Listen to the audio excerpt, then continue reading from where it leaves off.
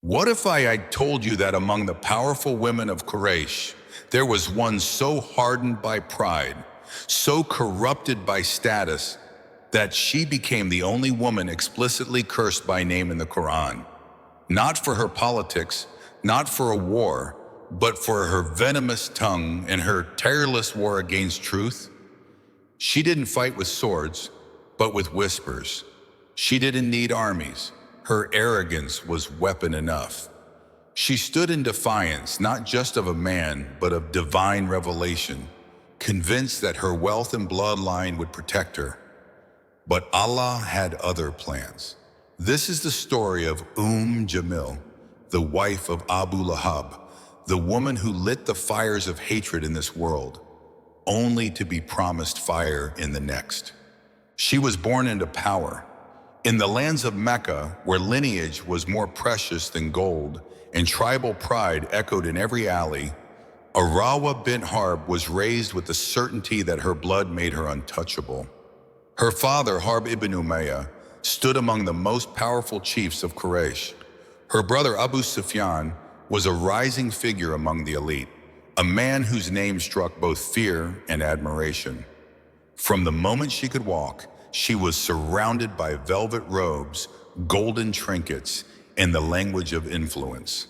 She was not a mere girl of Mecca, she was its daughter of pride. Servants rushed to her call, the best fabrics adorned her. She listened to the affairs of men and learned early that words, when sharpened, could be more destructive than blades. In a society that revered nobility, she didn't just embody it, she weaponized it. And yet, power born into one's cradle breeds a thirst for more.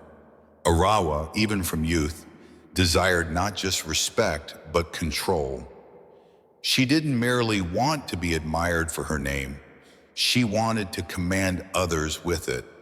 Her gaze, sharp and assessing, would pierce the gatherings of Quraysh women, noting who bowed, who whispered, and who dared to rival her. When she came of age, her marriage was not one arranged from love or compatibility, but from design.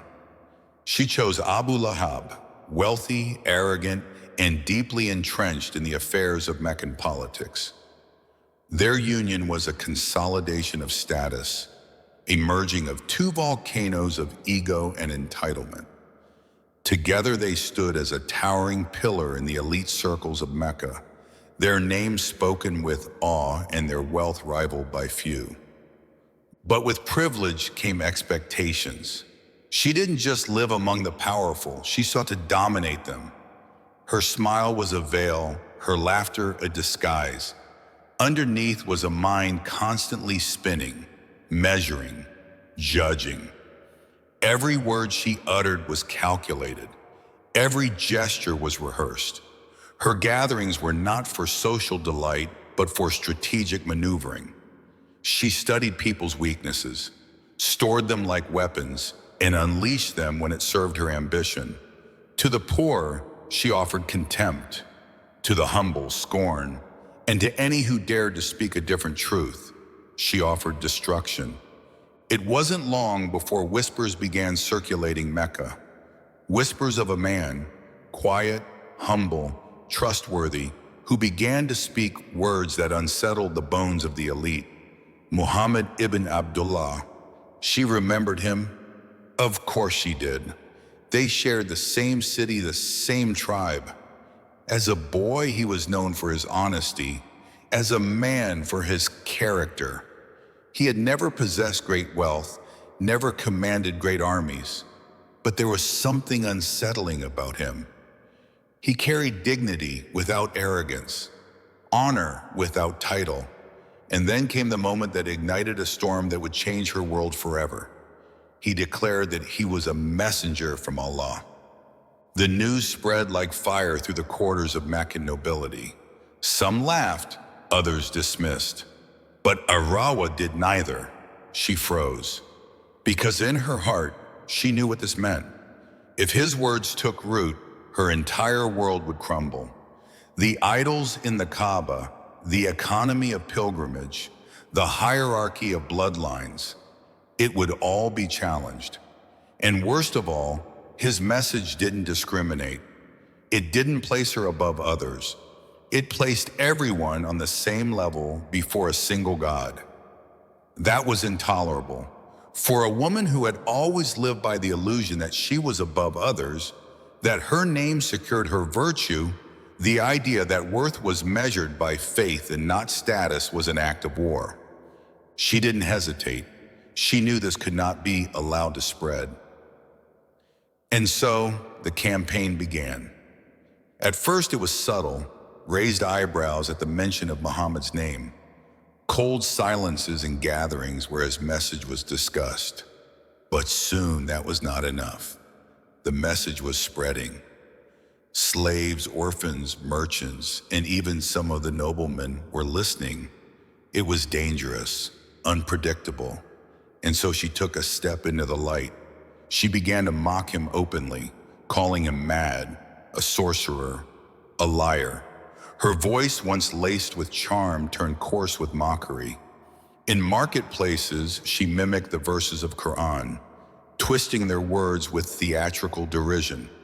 She spat poison with precision, and the people of Mecca began to take notice. Her husband was no less aggressive. Abu Lahab, fiery and prideful, saw his own status threatened by the growing influence of his nephew. His voice joined hers in opposition. Where she whispered, he roared. Where she plotted, he attacked. Together they became the most visible enemies of Islam in its early days. But of the two, it was Jamil who was more relentless. She was the mind behind many of the insults, the hand behind many of the schemes. While Abu Lahab embodied brute defiance, she embodied cold, calculated hatred. Her jealousy reached its peak when she saw the respect and love the Prophet held for his wife, Khadijah. A woman not of her social stature, but one whose presence commanded a different kind of reverence. A reverence born of sincerity. This infuriated Jamil. How could a woman be admired not for her gold, but for her goodness? Not for her tribe, but for her truth? The contrast between her own hollow power and Khadijah's quiet strength was unbearable. She began to mock her. In private circles, she ridiculed Khadijah's loyalty, scoffed at her generosity, and whispered doubts into the hearts of other women. But again, her efforts fell short. For every woman she turned away, two more came forward, hearts drawn to the justice and mercy of the Prophet's message. That only deepened her fury. She grew bold. She began leaving thorns in the Prophet's path, hoping to cause him pain. She encouraged her husband to fund efforts to torture and exile Muslims. She celebrated every bruise, every tear, every hardship that befell them. But with every step she took against them, something extraordinary unfolded. Islam didn't shrink. It flourished. The message spread like rain on dry land. Hearts awakened, spirits rose, and all the wealth, all the scorn, or the aristocratic venom she poured over it could not stop it. And then came the day that tore the veil completely. The Prophet ascended Mount Safa and called out to the people. They came, curious, expectant. If I told you there was an army behind this mountain, he said, would you believe me? They replied with certainty, yes, we have never known you to lie. Then he said, then I am a warning to you of a severe punishment. It was a moment of clarity, a mirror held to the hearts of Quraysh. But before anyone could respond, Abu Lahab shouted with rage, may you perish! Is this why you gathered us? And in that moment, before the Prophet could even reply, Allah did. Revelation descended, perish the hands of Abu Lahab, and perish him. His wealth and his gains will not benefit him. He will be thrown into a blazing fire, and his wife, the carrier of firewood. Around her neck will be a rope of palm fiber. Jamil's name, her legacy, her fate. etched into divine scripture, not by rumor, not by slander, but by the very word of the one she defied. She wasn't just condemned, she was immortalized as a warning. Her hatred, her arrogance, her plots, they had not only failed, they had damned her. But she didn't retreat in remorse. She didn't pause in fear. When she heard of the verses, she exploded with rage. She stormed through Mecca with a heavy stone in her hand, her eyes bloodshot, her pride wounded. She swore to crush the Prophet with her own hands. She marched to the Kaaba, where he stood with Abu Bakr, but her eyes could not find him. Allah had veiled him. Though she looked right at him, she saw nothing. Blinded by divine protection, she hurled her stone into empty air and left, humiliated once more. But even then, she didn't stop. She doubled down, blind to the truth that now enveloped the city she once ruled. Her legacy was no longer hers to control. It had been seized by the one who writes destinies, and her name would forever be remembered. Not in honor, but as a living, burning lesson. She returned to her chambers that day, not in defeat, but in denial. The stone she had flung in fury lay somewhere on the ground of the Kaaba, never touching the man she hated. Her pride told her she was still in control, still feared, still powerful. But the truth, like a slow-burning fire, had already begun to consume everything she had built. Something in Mecca had shifted. She could feel it. Not with her heart, no, that had long since hardened, but with her pride. The silent, invisible strength of the message she tried to mock was spreading like a current through the city streets. The whispers she once controlled now spoke the name of Muhammad with reverence. The gatherings she once dominated with words now broke into hush when the Qur'an was recited. Her poison had not only failed, it had become ineffective. Her allies began to thin. Some grew silent, fearing the growing strength of the Muslims. Others turned their backs altogether, either joining the ranks of the believers or choosing the safety of neutrality. Jamil was not used to being ignored. Her words had always stirred fear. Her name always brought attention. Now she stood in the markets, slandering the Prophet, and fewer heads turned. She ridiculed his followers, and they ignored her. It wasn't just that people were no longer responding, it was that they were responding to something else, something greater. Her power was no longer relevant. She doubled down on her efforts. She instructed the house servants to spy on those who met with Muslims. She offered bribes to disrupt their gatherings.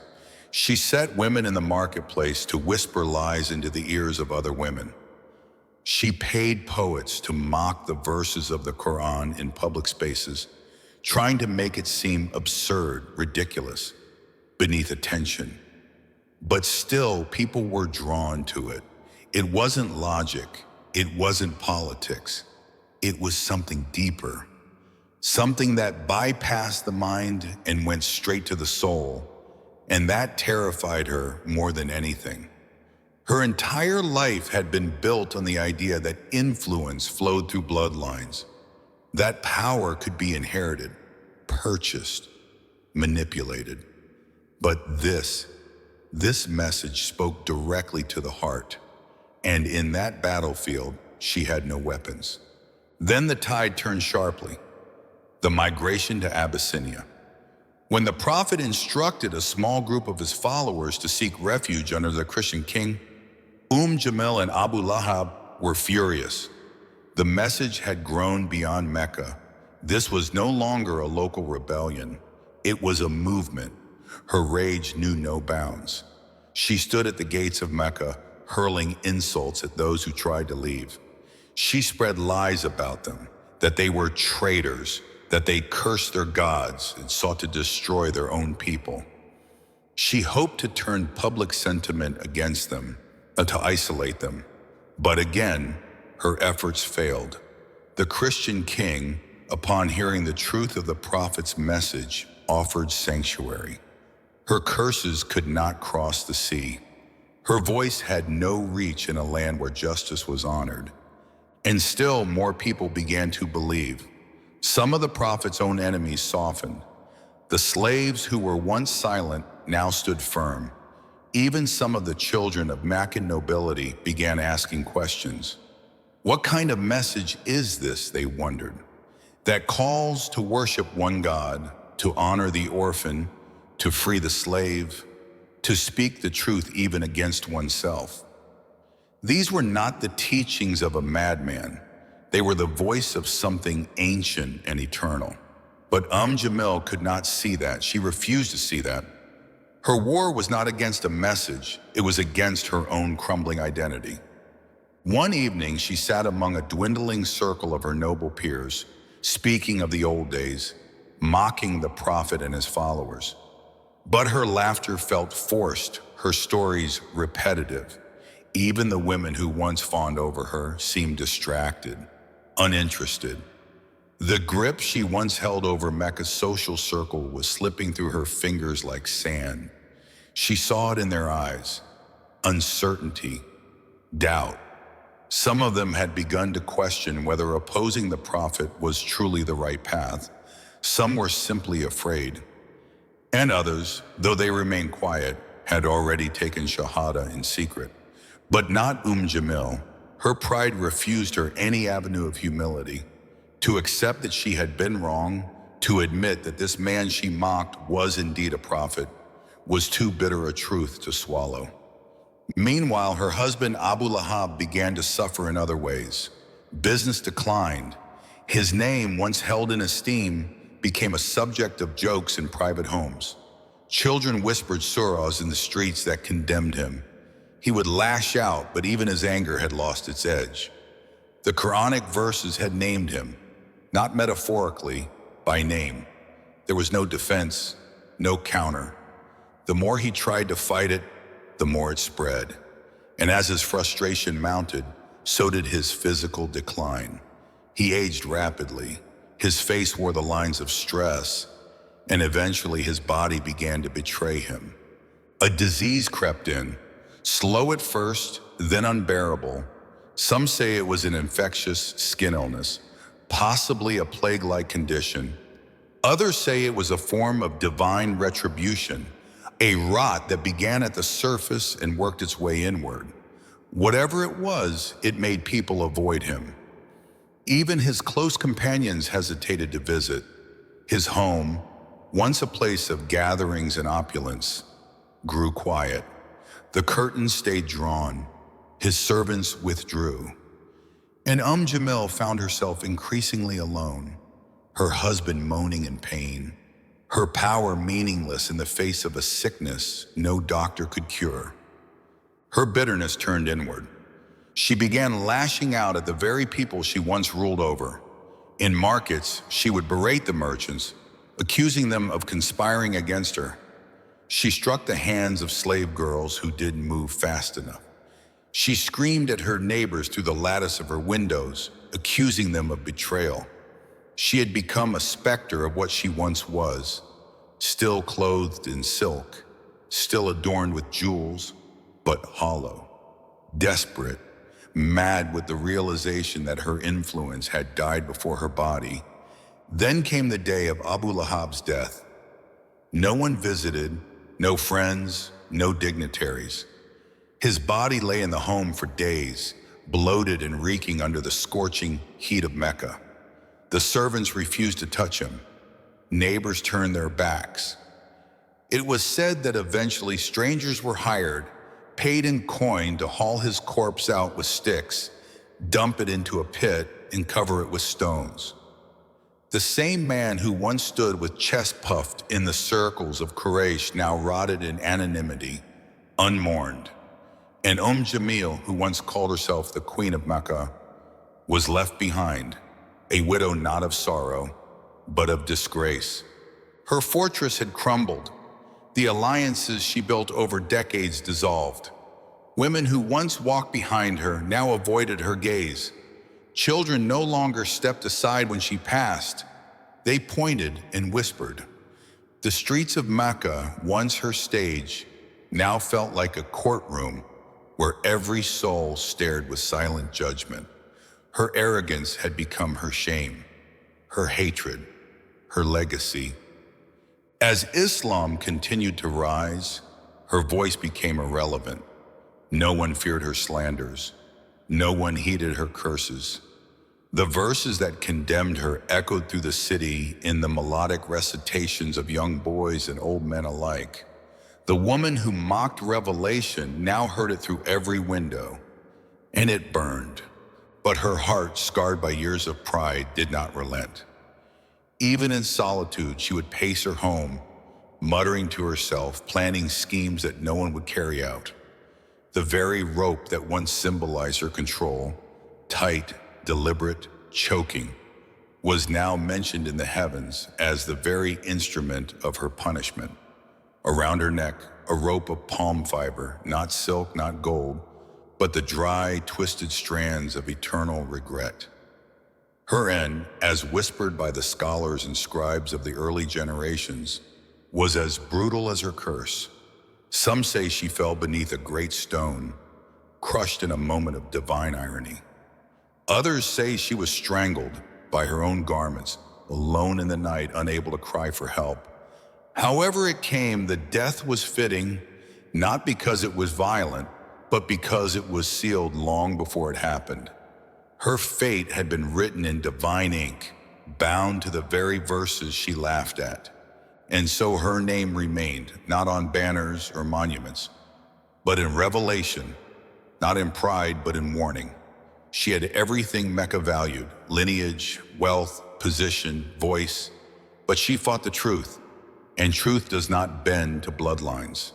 It does not bow to arrogance, and it does not forget those who try to bury it beneath the weight of worldly power.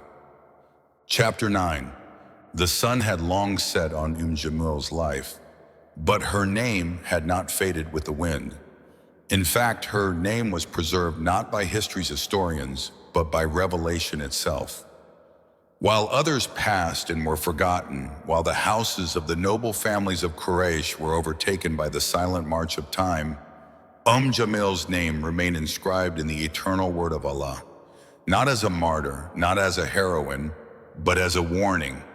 The surah that bore witness to her fate was recited on tongues in every corner of Arabia, and in time, every corner of the world. Even in lands she had never heard of, across deserts and mountains and seas, her story lived, not for her, but in spite of her. وَامْرَأَتُهُ حَمَّالَةَ الْحَطَبِ فِي جِيدِهَا حَبْلٌ مِّن مَّسَدٍ. And his wife, the carrier of firewood, around her neck is a rope of palm fiber. Al-Masad 111:4-5. Every time it was recited, it was a blow to the arrogance of falsehood. A reminder that no matter how high one builds a tower of pride, it can still be struck down by a single verse. The woman who had adorned herself with the finest pearls now wore a rope of fire in the remembrance of mankind. The one who had wielded words like daggers now stood forever silent beneath the weight of divine condemnation. But beyond the words, beyond the punishment, the deeper lesson of Jamil lay in her refusal to turn. Even as signs surrounded her, even as miracles unfolded before her very eyes, her heart remained locked. She had the chance. Many did. The prophet was known not for vengeance, but for mercy. Those who once raised swords against him found peace when they lowered them and said the Shahada. Even Hind bint Utbah, who had desecrated the body of Hamza ibn Abdul Muttalib, would one day embrace Islam and find forgiveness. But not Jamil. What separated her from those who repented wasn't the severity of her actions, but the obstinacy of her pride. She clung to it like a drowning woman clings to a stone, believing it will keep her afloat. Her hatred became her identity, and when the winds of truth blew through Mecca, she stood against it, not because she had any proof, not because she believed in anything stronger, but because she could not bear to be wrong. That is the essence of her tragedy. And so, long after her bones had turned to dust, long after the idols of Mecca had been shattered and Islam had risen like the dawn, the believers still recited Surah Al-Masad. Children memorized it in their earliest days. Old men whispered it in their final breaths. It was simple, short, easy to recite, but heavy in meaning. It spoke of a woman who tried to stop the truth with her hands, her tongue, and her wealth, and failed. Chapter 10. Years passed, generations changed. The desert city that once heard the taunts of Jamil now echoed with the Adhan. From the very place she cursed the messenger, voices now rose 5 times a day proclaiming, Allahu Akbar, Allahu Akbar, Ashhadu anna Muhammadur Rasulullah. And her home, it was long gone. Stones repurposed, memories faded. Nothing remained of her presence in the physical sense. No shrine, no marker, no trace of Amanis. Yet she was remembered far more than the women of her time whose home still stood, not for honor, but for reflection. Scholars and teachers throughout the centuries would pause when explaining Surah Al-Masad. They would speak softly when they described the fate of Abu Lahab and his wife, not out of fear, but out of the weight of the lesson. They would remind their students that arrogance blinds even the most intelligent, that mockery of truth eventually mocks the mocker, and that lineage, beauty, wealth, and status are nothing if they are not coupled with humility before the truth. Umm Jamil's name became a lesson for women and men alike of how bitterness corrodes the soul, how a tongue used for slander can turn against its owner, and how the most honored place in society can become the most humiliated in the sight of Allah. She was not remembered for her poetry, her lineage, or her status. She was remembered for her rejection of mercy. In a strange way, Jamil's presence never left the Ummah. She lived on in the hearts of those who recited the Qur'an, not as an ally, but as a warning. Her name carried the scent of scorched arrogance and smoldering pride. She was the woman who heard the truth from the lips of a man she knew to be honest. And she turned away, not once, but every time. She saw miracles, but dismissed them. She felt the ground shift beneath her feet, but stood firm in her denial. She was offered mercy, but chose mockery. And the rope, that infamous rope of palm fiber, it wasn't just a physical punishment, it was symbolic. It was the burden she chose to carry, the burden of lies, of gossip, of slander. She tied it around her own neck, wound it tighter with every insult, every sneer, every stone she laid in the prophet's path. And when her time came, it was not placed upon her. It was already there. She had carried it all her life. The believers recited her fate, not out of vengeance or cruelty, but out of awe. The Qur'an had named her, condemned her, and preserved her story for all time, not because she was powerful, but because her downfall was powerful. Her rope became a symbol of the weight of every word we speak, of the judgment that awaits every slander, and of the eternal legacy we choose, whether good or evil. In the end, Jamil was a woman of immense potential. She had wealth, lineage, and intelligence. Had she opened her heart for a moment, she might have stood beside Khadijah, Aisha, or Fatima, but she chose otherwise. And so her name remained, not in gold, but in fire, not in love, but in warning, a rope of palm fiber around her neck forever.